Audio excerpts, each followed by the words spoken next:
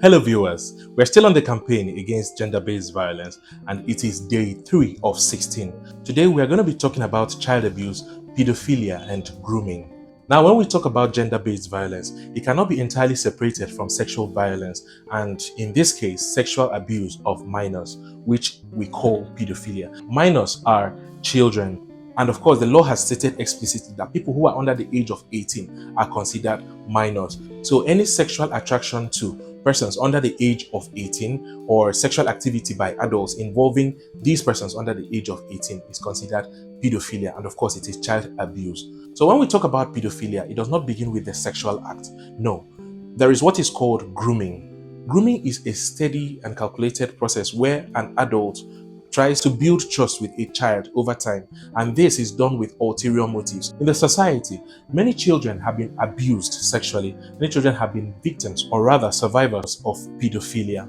Now, the sad reality is that in our society, children are raised to obey adults without questioning, without any objection. So whatever the adult says is correct. Whatever the adult says is right. And this makes it easy for adults to sexually abuse children. This makes it easy for adults to have their way without being questioned, but it is not right. That is a violation of children and it has consequences. It has impact. One of the impacts of this is that a child that has been sexually molested, sexually abused by an adult grows up with shame and end up finding it difficult to build really meaningful relationships with people. And also, a child that has been sexually abused by an adult grows up with this fear of speaking up.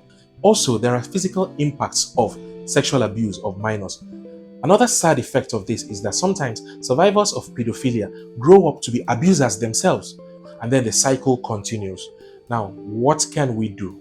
First, parents need to build good relationships with their children, need to build meaningful relationships, foster trust with their children so that it will be easy for any child that has been sexually abused by an adult to open up to the parents. Also, parents need to be very, very vigilant around their children. They need to observe what is going on around their children, and of course, especially when there is an adult around them. This is a call to everyone, people in positions of power, people in the government, religious leaders, traditional leaders, to use every means at their disposal to fight this evil. So this goes out to every one of you that is watching me today. As we continue the campaign against gender-based violence, let every one of us come together, join our hands and fight this evil in our society. We at Access to Good Health Initiative wish you a successful 16-day campaign against gender-based violence. Thank you very much.